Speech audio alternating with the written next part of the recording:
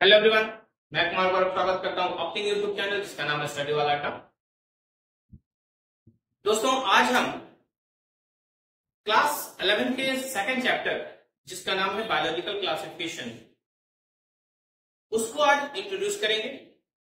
Introduce करने के बाद हम आपको बताएंगे कि आखिर वो क्लासिफिकेशन होती क्या है, आखिर हमारे पूरे बायोलॉजी के टर्म में पूरे लिविंग ऑर्गन को स्टडी करने के लिए क्लासिफिकेशन की जरूरत क्यों पड़ी। कुछ आपको डिमेरिट्स दिख जाएंगे क्लासिफिकेशन के, कुछ एडवांटेज दिखेंगे। क्लासिफिकेशन किसने शुरुआत किया था, किस आधार पे, किसको बेस मानकर उन्होंने क्लासिफिकेशन करना स्टार्ट किया था, ये सारी कहानी आज हम पढ़ेंगे जिसका नाम है बायोलॉजिकल क्लासिफिकेशन। ठीक है, सबसे पहले अगर मैं क्लासिफिकेशन को डिफाइन करूं तो क्लासिफिकेशन का मतलब होता है बंटवारा। अगर मैं बोलूं क्लासिफिकेशन का मतलब होता है बंटवारा, मतलब अरेंजमेंट। तो किसका अरेंजमेंट? नाम से स्पष्ट है, लिविंग ऑर्गन की अरेंजमेंट बायोलॉजिकल क्लासिफिकेशन। जो अरेंजमेंट है या फिर सिस्टमैटिक अरेंजमेंट है किसका? एक लिविंग ऑर्गन का इनटू डिफरेंट कैटेगरीज के हिसाब से। अगर मैं बोलूं, ध्यान से देखिएगा, systematic arrangement, systematic arrangement of the organism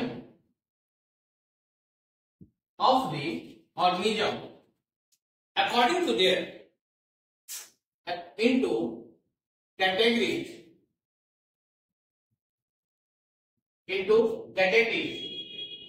according to similarities and dissimilarities.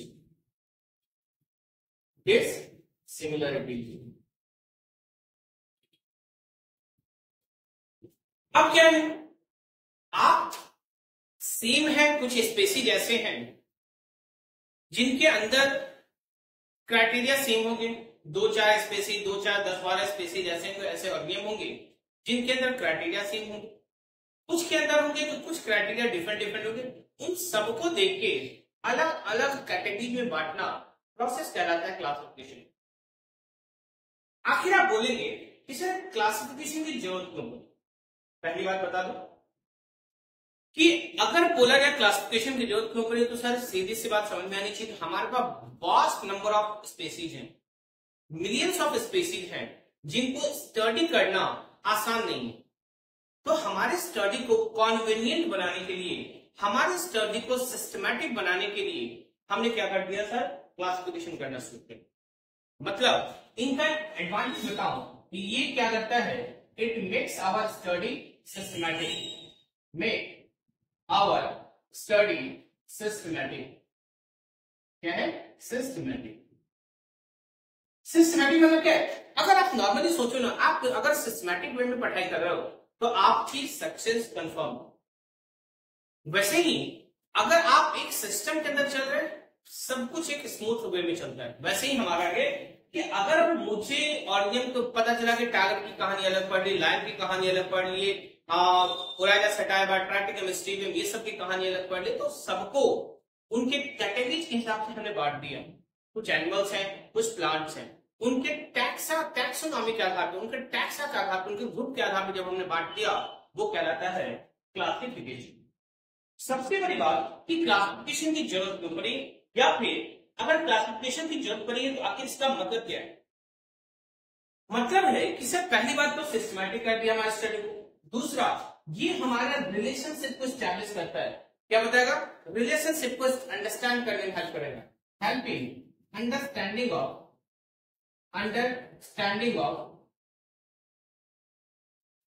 Evolutionary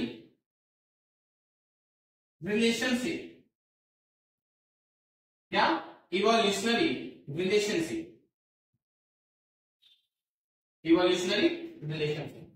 अलग अलग उनका पास्ट क्या है, उनके पूर्वज कौन है, इन सबको बताने के लिए हमारे पास सिस्टमैटिक का होना, एक क्राइटेरिया का होना जरूरी होता है। दो डिफरेंट ग्रुप के अंदर क्या रिलेशन है, तो डिफरेंट वैरायटीज के अंदर, दो डिफरेंट ग्रुप ऑफ ऑर्गेनिज्म के अंदर क्या रिलेशन है, इन में हमको बताने में हेल्प करता है, हेल्प इन अंडरस्टैंडिंग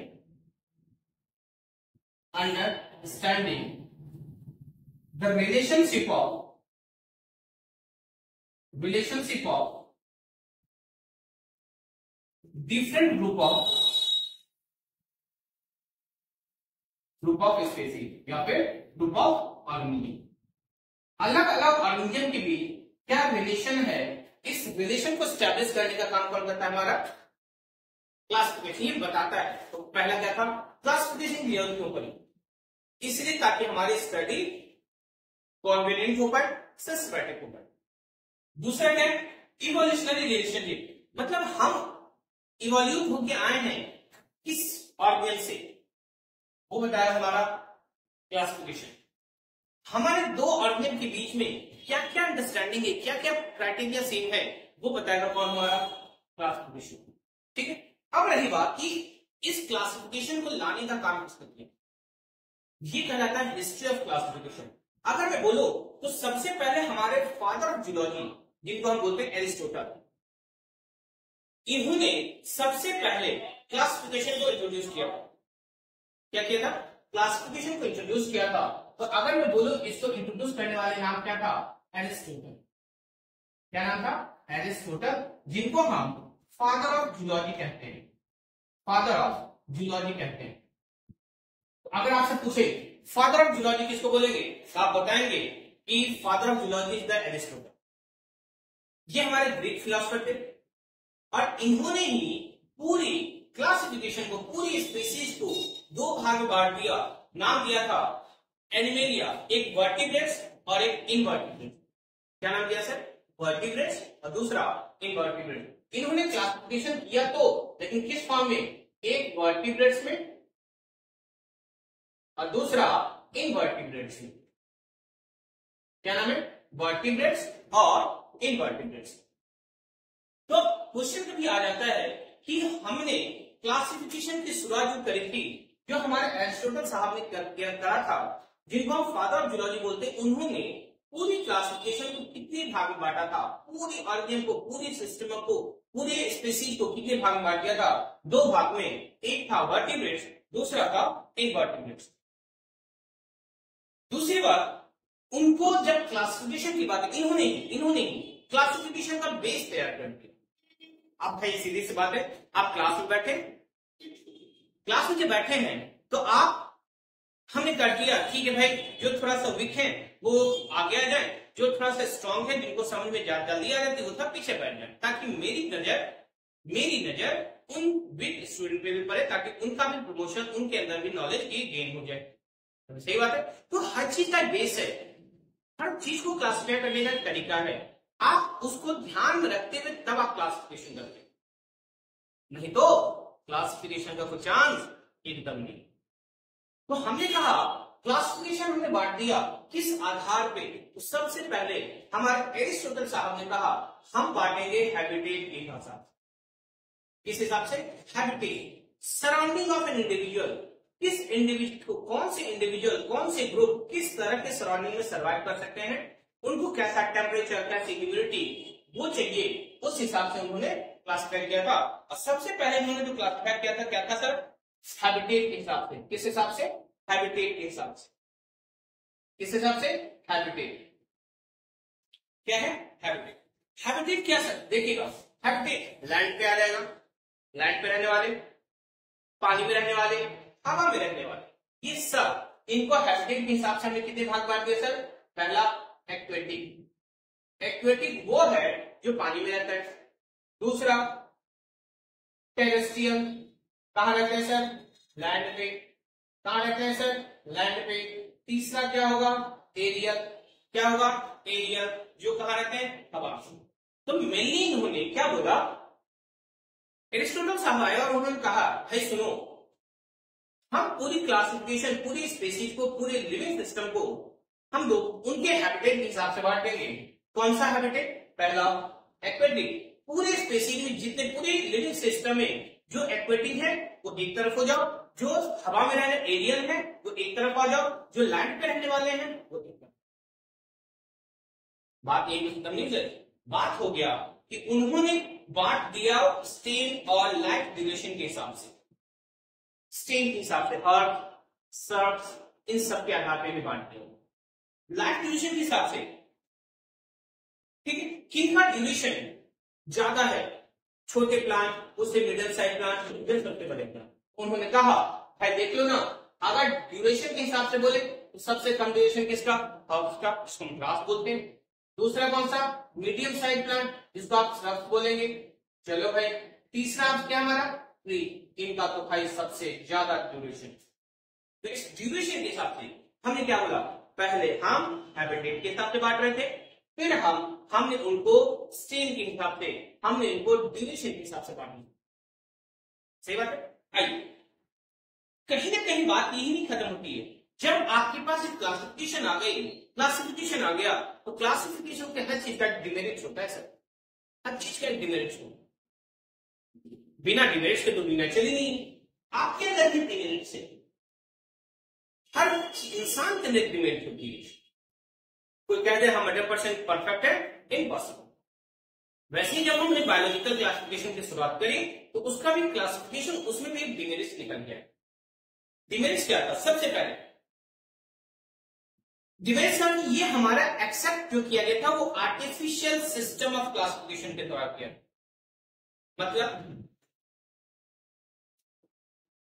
आर्टिफिशियल मतलब नॉर्मली हमने उसको बांटना जो शुरू किया था उसको हम एक्सेप्ट करना चाहते थे, कैसे, आर्टिफिशियल सिस्टम ऑफ क्लासिफिकेशन। हमने उनको अब कुछ ऐसे भी स्पेसीज निकल गए, ध्यान से देखिए, जो लैंड पे भी रह रहे थे, वाटर में भी यूज कर रहे थे। ऐसे स्पेसीज को हम क्या बोलते हैं, ऐसे स्पेसीज को क्या बोलेंगे हम, एम्फीबियंस। सही बात है। एरिस्टोटल साहब जब क्लासिफिकेशन करना शुरू किए, एम्फीबियंस की कैटेगरी उन्होंने बनाई ही नहीं। ये तो सरासर बेईमान है भाई, बेईमानी हो गई ना। अब सीधी सी बात है कि अगर आपको हम क्राइटेरिया से अलग कर दें, आप स्पेसीज हैं, आप क्लास में पढ़ने वाले हैं, लेकिन हमने कहा चलो भाई आपको हम हटा दिए, हमारे ध्यान में था ही नहीं, भाई गलत बात हो गई कि नहीं, गलत सच।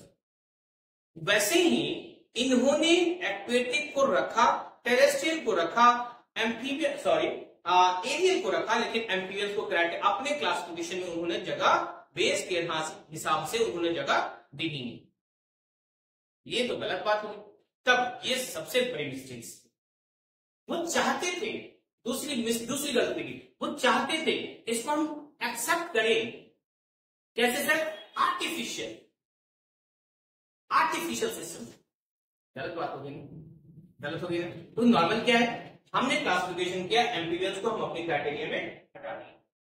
ठीक है, फिर आए एक थियोफ्रेस्टस नाम के साइंटिस्ट थे, थियोफ्रेस्टस, जिनको हम फादर ऑफ बॉटनी बोलते हैं। क्या बोलते हैं, फादर ऑफ बॉटनी। थियोफ्रेस्टस की बुक थी जिनको हम फादर ऑफ बॉटनी कहते हैं। थियोफ्रेस्टस की बुक थी जिनका नाम था हिस्टोरिया प्लैंटरम। नाम क्या था, हिस्टोरिया प्लैंटरम, हिस्टोरिया प्लैंटरम। याद रखिएगा इसको, ऐसे आएगा नहीं लेकिन हाँ होता है ना, ठीक है, आप नॉलेज के लिए जान कर रखते हैं। हिस्टोरिया प्लैंटरम, इन्होंने उस बुक में पूरी सिर्फ और सिर्फ उन्होंने अपने बुक में जो बात करी थी ना, उन्होंने प्लांट को की कैटेगरीज को क्लासिफाई किया। ठीक है, एरिस्टोटल फादर ऑफ जूलॉजी थे, तो उन्होंने एनिमल्स को कर दिया वर्टिब्रेट्स और इनवर्टिब्रेट्स में। थियोफ्रेस्टस आए, उन्होंने हिस्टोरिया प्लैंटेरम की बुक में अपने पूरे प्लांट को क्लासिफाई करना शुरू किया। भाई देखना क्या कहा उन्होंने, नाम क्या था, हिस्टोरिया प्लैंटेरम, हिस्टोरिया प्लैंटेरम। किनकी बुक थी, थियोफ्रेस्टस की, थियोफ्रेस्टस की। इनको हम क्या बोलते हैं, father of botany, father of botany. क्या बोलेंगे, फादर ऑफ बॉटनी।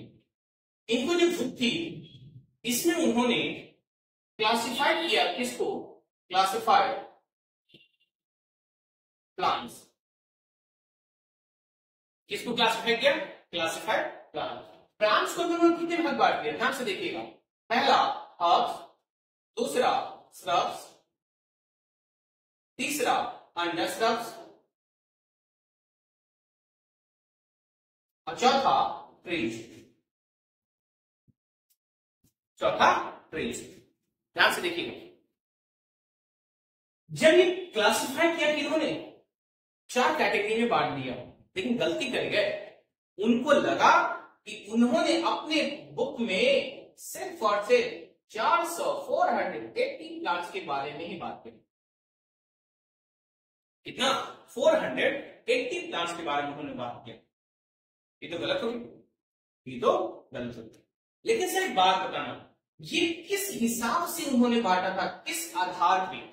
हमेशा याद रखिएगा, हमेशा याद रखिएगा, हर चीज की क्लासिफिकेशन के पीछे कोई ना कोई बेसिक ऑर्डर होगा, कोई ना कोई बेस होगा जिसके हिसाब से हमको बांटेंगे। बात ये पे तो उन्होंने कहा भाई देखो किस हिसाब से हमने बांट दिया, हैबिटेट के हिसाब से। किस हिसाब से हमने बांट दिया सर? हैबिटेट के हिसाब से। फॉर्म ऑफ टेक्सचर के हिसाब से, फॉर्म्स ऑफ टेक्सचर बांट दिया।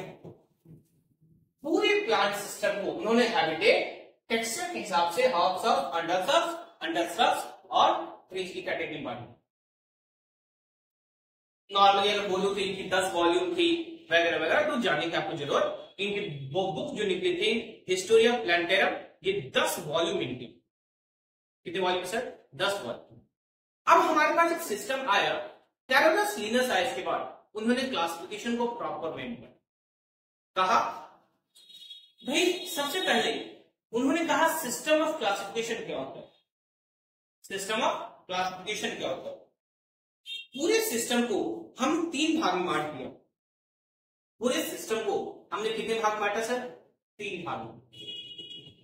नेचुरल सिस्टम, आर्टिफिशियल सिस्टम और फाइलोजेनेटिक सिस्टम ऑफ क्लासिफिकेशन। ध्यान से देखिए, सिस्टम ऑफ क्लासिफिकेशन इसको कितने भाग में बांटा गया, ध्यान से देखिए। पहला आर्टिफिशियल सिस्टम ऑफ क्लासिफिकेशन। क्या है? Artificial system of classification. Classification. दूसरा क्या था? Natural system of classification. Natural system of classification. तीसरा क्या है? Phylogenetic system of classification.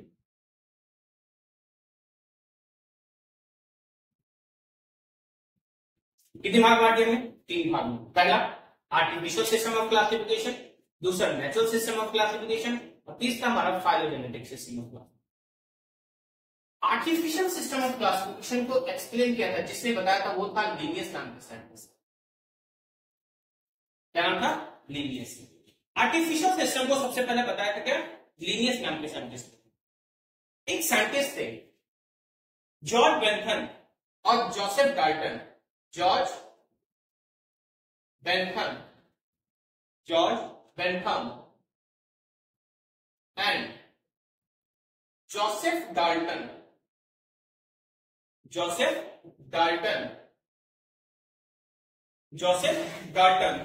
Hooker.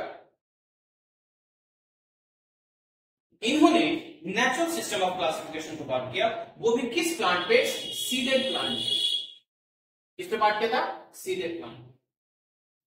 फिर आते हैं sir phylogenetic system of classification, जिनको किया था एडोल्फ एंगलर नाम के साइंटिस्ट ने। एडोल्फ एंगलर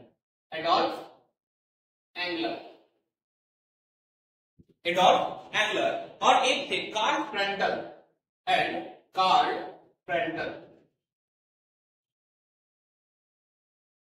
ध्यान से देखिए, जब सिस्टम ऑफ क्लासिफिकेशन को जब हम सिस्टम के फॉर्म में रखना शुरू किए, तो हमने कहा हम 3 सिस्टम में बांटते हैं। एक हमारा आर्टिफिशियल सिस्टम ऑफ क्लासिफिकेशन, यही एक्सेप्ट नहीं किया गया था। वो बोलते थे कि इसको हमको एक्सेप्ट करना है, लेकिन उन्होंने एक्सेप्ट किया नहीं था। आर्टिफिशियल सिस्टम ऑफ क्लासिफिकेशन, दूसरा नेचुरल सिस्टम ऑफ क्लासिफिकेशन और तीसरा फाइलोजेनेटिक सिस्टम ऑफ क्लासिफिकेशन। जब आर्टिफिशियल सिस्टम ऑफ क्लासिफिकेशन है, आपको बता दूं ये जो क्लासिफिकेशन है हमेशा हर क्लासिफिकेशन जो है, जो हमने तीनों आपको बताया है कि किसी न किसी बेस को लेके बनाएगा। किसको लेके बनाएगा? बेस को लेके बनाएगा। अब कहेंगे सर बेस को क्या, किस बेस के हिसाब से, किस बेस पे, किस क्या दिमाग में हम रख के चलेंगे कि हम इसको आर्टिफिशियल सिस्टम ऑफ क्लासिफिकेशन नहीं बोल सकते। पहला हैबिटेट के हिसाब से, किस हिसाब से? हैबिटेट। दूसरा, अगर आप हैबिटेट बोलो तो जैसा पहला था हैबिटेट, नॉर्मली हमारा aquatic, terrestrial, arboreal, aerial, fossorial वगैरह वगैरह। दूसरा क्या था sir? External feature. External feature, external feature. अगर मैं एक्सटर्नल फीचर्स की बात करूं जिसमें हम मॉर्फोलॉजी की बात करते हैं, क्या बोलते हैं सर? मॉर्फोलॉजी की बात करेंगे और सेक्स ऑर्गन की बात करेंगे। इसमें हम एक्सटर्नल फीचर में किसकी बात करेंगे? मॉर्फोलॉजी। मॉर्फोलॉजी। दूसरा, number of sex, number of sex. कहने का मतलब ये है, कहने का मतलब ये है कि पूरे को पूरे उन्होंने आर्टिफिशियल सिस्टम को बांट दिया, हैबिटेट, एक्सटर्नल फीचर, दो। ठीक। लेकिन फिर भी सर बताऊं, इसका भी डिमेरिट कुछ ना कुछ गलती हो जाती है। गलती क्या था? इन्होंने कभी भी उसको रिलेशनशिप को एक्सेप्ट किया ही नहीं। इन्होंने डिफरेंट ऑर्गेनिज्म के बीच के रिलेशनशिप को स्टैब्लिश नहीं किया, बताया नहीं। फेल हो गए। इन्होंने बताया नहीं कि हाँ भाई अलग अलग ऑर्गेनिज्म के बीच कोई रिलेशन रखी होगी।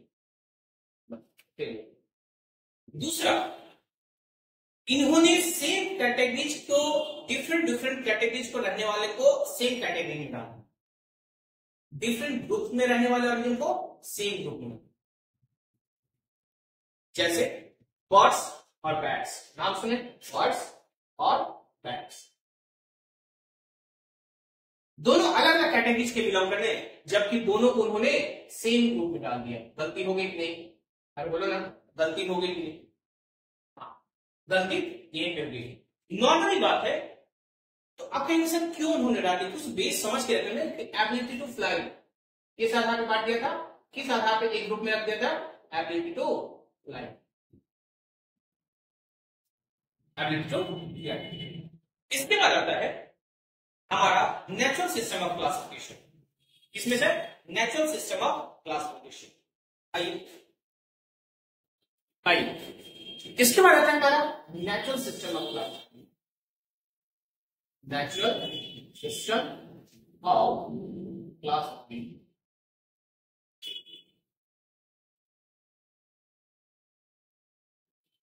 Natural system of classification.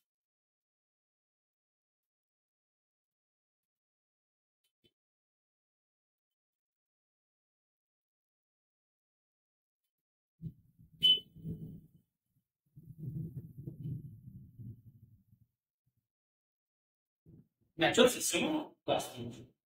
अगर मैं बोलूं ये सबसे पहले जो बेस था, जिसको जो नेचुरल सिस्टम ऑफ क्लासिफिकेशन पूरी तरह से डिपेंडेंट था नेचुरल एफिनिटीज पे, बेस्ड ऑन नेचुरल एफिनिटीज।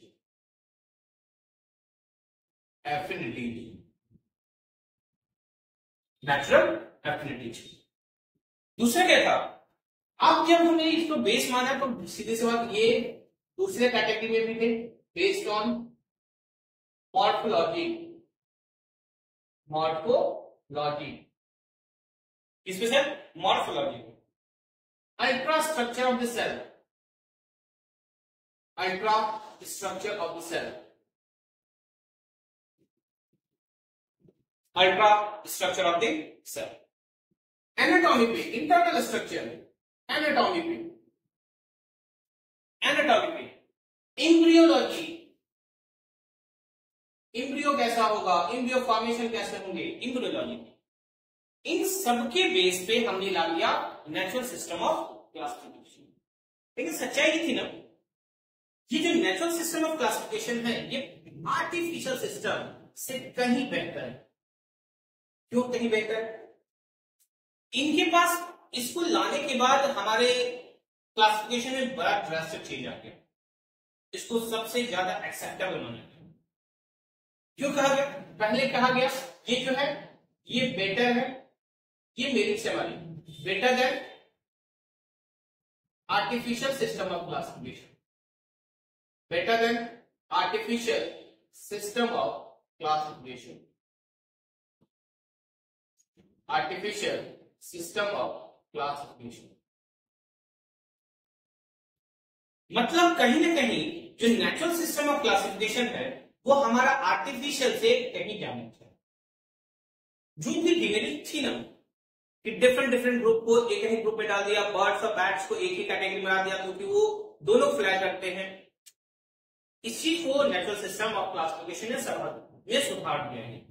कैसे? ध्यान से देखिए, इन्होंने कहा कि हम कंसिडर नहीं करेंगे हैबिटेट और हैबिट को।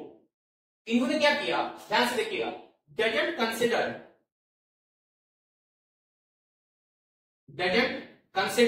हैबिट और habitat as the classification,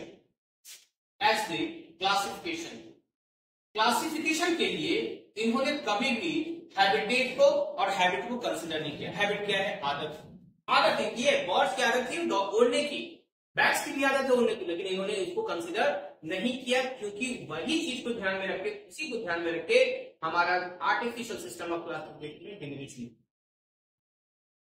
demerits निकल गया, खत्म। तब लाए कौन? Natural classification.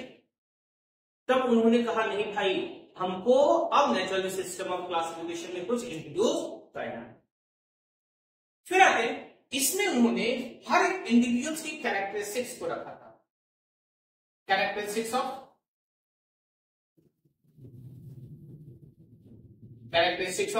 Each and every individual. Her individual, her organisms की वो इन्होंने नेचुरल सिस्टम ऑफ क्लासिफिकेशन में अपना जो सेम क्राइटेरिया में सेम ग्रुप से बिलोंग करने वाले थे उसको भी इन्होंने अपने क्राइटेरिया में रखा था। क्या किया? प्लेस रिलेटेड ऑर्गेनिज्म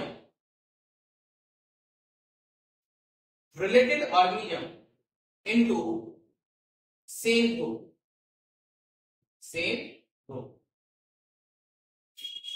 ठीक है। बैट्स को, बर्ड्स का बैट्स को उन्होंने हमने हटा दिया, ठीक है। तो ये क्या थे हमारे नेचुरल सिस्टम ऑफ क्लासिफिकेशन को कुछ नहीं, ठीक है। आज के लिए इतना ही। कल हम आपको बताएंगे कि हमने पूरे स्पेसीज को अलग अलग क्लासिफिकेशन में बांट दिया, 2 kingdom classification, 3 kingdom classification, 4 kingdom classification और 5 किंगडम क्लासिफिकेशन। हर क्लासिफिकेशन में कुछ ना कुछ डिमेरिट्स, कुछ ना कुछ मेरिट्स रही है। हम इसकी चर्चा करेंगे कल। तब तक के लिए